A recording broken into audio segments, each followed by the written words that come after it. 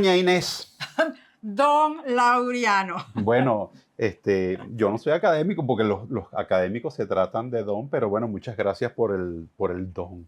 Bueno, yo prefiero eliminar El don. el don y el doñita y el doña. Eso, Vamos a irnos sí. más chacha. Cha. Bueno, ¿qué está pasando aquí? Se estará preguntando la gente que está allá por qué nosotros estamos sentados aquí y por qué hemos decidido hacer un podcast. Yo creo que nosotros tenemos que contar la historia de cómo pasó esto. Sí, me parece porque, bueno, realmente Laureano tiene un ámbito y yo tengo otro ámbito. Y entonces, ¿cómo es que nos juntamos en este invento de un podcast para hablar de historia? Para hablar de historia. Además, en el caso tuyo eres una historiadora reconocida, con obra publicada, con trabajo en la Academia de la Historia, con artículos en el Diccionario de la Historia de la Fundación Polar, porque ahí te he leído varias cosas.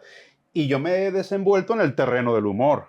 Claro, pero bueno, el humor no está reñido con la historia. No, para nada, para nada. Y también yo creo, Laureano, bueno, que a ti, que siempre ha estado en tu juego de humor, Sí, la historia, es verdad. independientemente de que no sea desde el espíritu que lo hago yo, pero bueno, Sí. tú has estado merodeando la historia. Sí. Bueno, el caso es, deambulaba yo por la Plaza Mayor, bueno, por la Plaza Bolívar, que antiguamente fue Plaza Mayor, tratando como de indagar el sentido de nuestra historia y de dónde venimos. Y justamente ahí, en el lugar donde se dice que se fundó la ciudad de Caracas, que es la capital de nuestro país.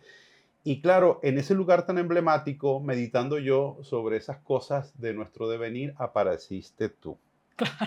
Bueno, la verdad es que para mí no es un acto casual andar por el centro de Caracas, entre otras cosas, porque yo iba precisamente a la Academia Nacional de la Historia y me encuentro a Laureano como viendo así, viendo para allá y viendo para acá. Y entonces nos vemos y entonces, ¿qué haces tú por aquí? Yo ando por aquí, Inés, tratando de entender lo que pasa en nuestro país y el origen remoto de de nuestro acontecer. Y claro, me encuentro contigo y me parece que esto es una cosa emblemática porque tú eres historiadora y tú me puedes explicar qué pasó con la historia.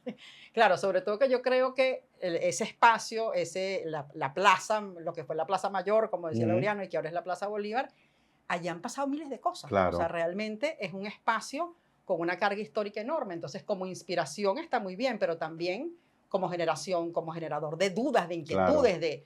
de qué es lo que vamos a hacer y qué pasó aquí. Entonces, el balcón de Emparan, la placa de Gual y España. O sea, allá hay cantidad de Gual, no, de España de más España. bien. La placa de España y no solamente eso, bueno, está nada más y nada menos que en el centro el caballo y Simón Bolívar, o sea, toda una cantidad y los espacios los espacios, está la catedral, está la gobernación o lo que era la gobernación, está lo que fue el cabildo. Claro, entonces, y además yo te escuché a ti en alguna oportunidad decir que allí en la Plaza Bolívar están enterradas un montón de cosas cuando se construyó, cuando se puso la estatua. Sí, que hay fotos de Guzmán Blanco, escritos de... Sí, no, allí hay, ¿verdad?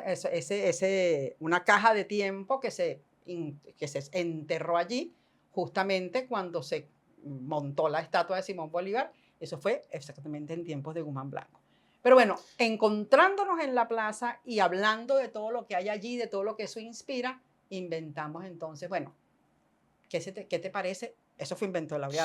Sí, yo le dije a Inés, ¿por qué no hacemos eso que está tan de moda hoy día, que es el podcast? Y además un podcast que pueda tener contenido histórico, porque bueno, el gran tema de nosotros es nuestra relación con la historia. Nosotros muchas veces tenemos tergiversados muchos hechos, otros no están del todo documentados.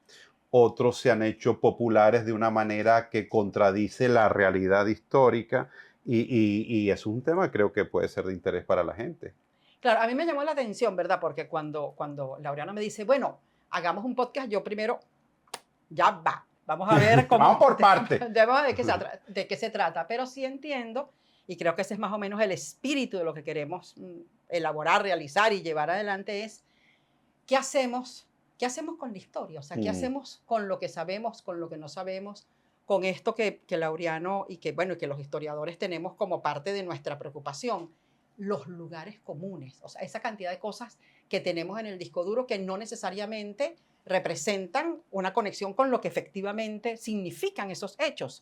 También están las grandes omisiones. Hay una cantidad de personajes, de situaciones, de hechos, que no están en el registro, que no aparecen como parte de lo que nosotros somos.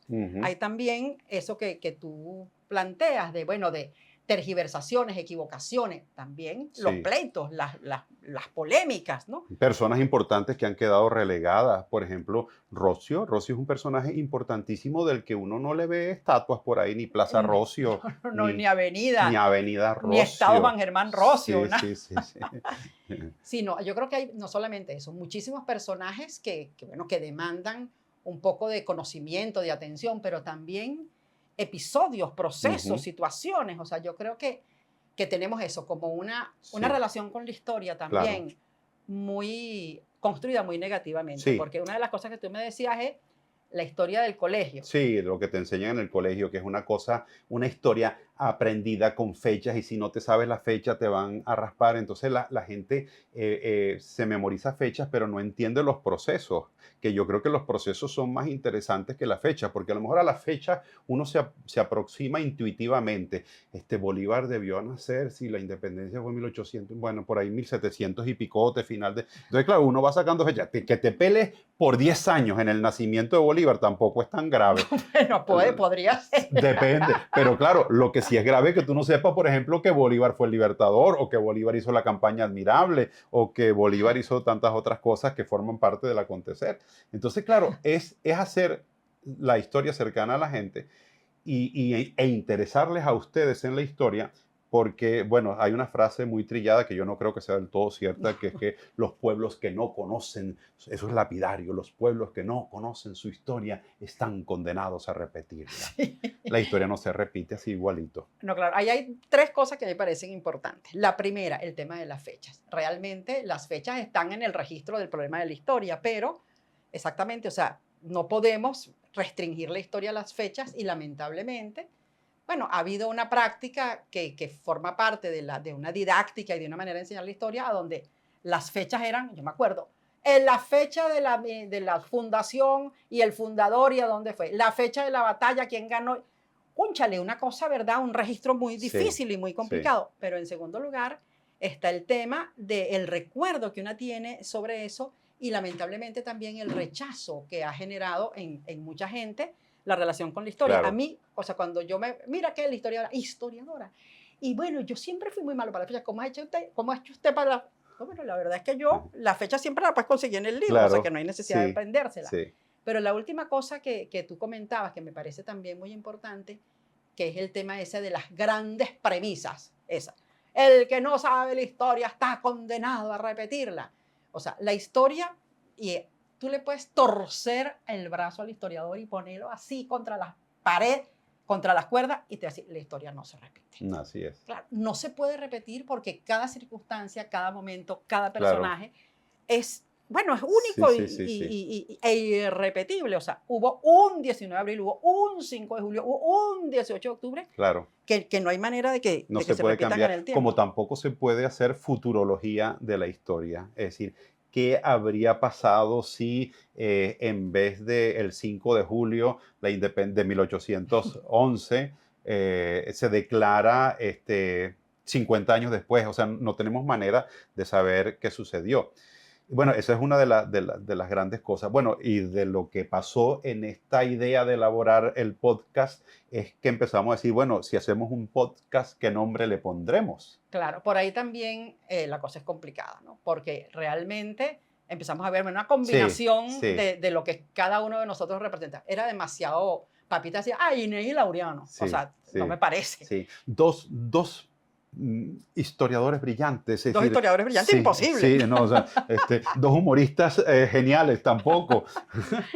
Claro, entonces nos pusimos a darle vuelta y bueno, la idea de combinar, o sea, yo por ejemplo he utilizado la idea de no es cuento, es historia, pero no podía ser. Claro, y eso está patentado. Claro. Pero también entonces hablamos, bueno, qué broma con la historia, pero eso puede sugerir claro, un desencuentro con la historia. Claro, pues la palabra broma entre nosotros históricamente tiene dos sentidos. Claro. El sentido de asunto, es decir, qué broma tan seria, qué asunto tan serio, y el sentido de echadera de broma. Claro. Entonces, claro, tampoco queremos dar la idea de que nosotros estamos echando broma con la historia. Nosotros No, pretendemos otra o cosa. también qué broma es, qué Ah, fastidio, también, qué también, calamidad. también. Así que desechamos eso y nos hemos ido aproximando a la idea de un elemento que ha estado en todas las conversaciones. Bueno, ¿y ¿Qué qué fue fue lo que lo que pasó? pasó? ¿Qué ¿Qué fue lo que fue lo pasó que el pasó? 19 de abril? ¿Qué fue lo que pasó el 5 de julio? ¿O qué fue lo que pasó en tiempo de Pérez Jiménez? Claro, o ¿Qué qué fue lo que pasó pasó con con el Delgado pobre, o Chalbó? qué fue lo que pasó con el pobre Rocio que no aparece en las Sí, estatuas. por O sea, ejemplo, por ejemplo. así que bueno, hemos pensado que por allí podría ser que funcione el podcast, pero lo que queremos compartir con ustedes es que vamos a caminar, a transitar por esta aventura conjunta. Yo, Sí, verdad, sí. aprecio Yo, mucho a yo, yo Laureano. vengo a aprender, Inés, con la mayor humildad del caso. Y bueno, yo creo que lo ideal es que esto se transforme en algo útil para los que nos escuchan, para comprender mejor el proceso histórico venezolano, para que se animen a leer sobre historia, a estudiarla, a cultivarla, porque si bien la historia no se repite, el conocimiento de los hechos históricos sí puede permitirnos no cometer en el futuro algunos errores que ya uno vio que se cometieron en el pasado. Claro, y sobre todo, yo estoy convencida, ¿verdad?, de que la historia, aparte de todo eso que dice Laureano y todo lo que nos han dicho y todo lo que la historia es un sentimiento y una manera de arraigo, de pertenencia. Uno no Ujú. puede andar por ahí viendo para el techo sin saber lo que representa la historia como fortaleza y especialmente en un momento como en el que estamos viviendo. De manera que la invitación es a compartir lo que nos interesa, lo que nos preocupa, lo que nos genera curiosidad de nuestra historia. Esa es la convocatoria y bueno, Así ¿qué es. fue lo que ¿Qué fue pasó? lo que pasó? Ese es el podcast.